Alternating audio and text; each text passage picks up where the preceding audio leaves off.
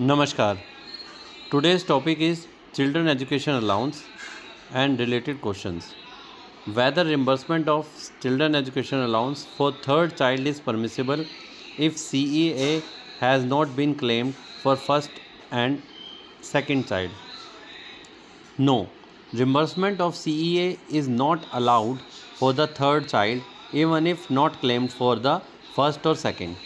However, there are exceptions which exist in case of multiple birth during the second child's birth and in case of failure of sterilization operation only for the first child after failure. So related OMs are OM dated 11/11/2008, OM dated 13/11/2009.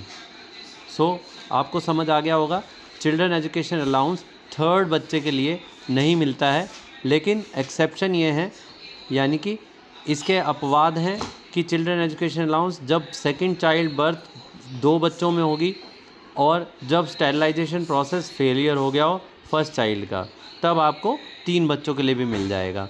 ठीक है, इसके अलावा हम एक topic discuss करेंगे, can CEA be claimed for the same class twice?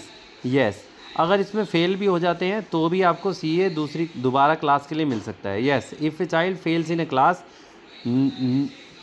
मिल जाएगा। No, if a past child is readmitted to the same class in a new school after mid session नहीं मिलेगा।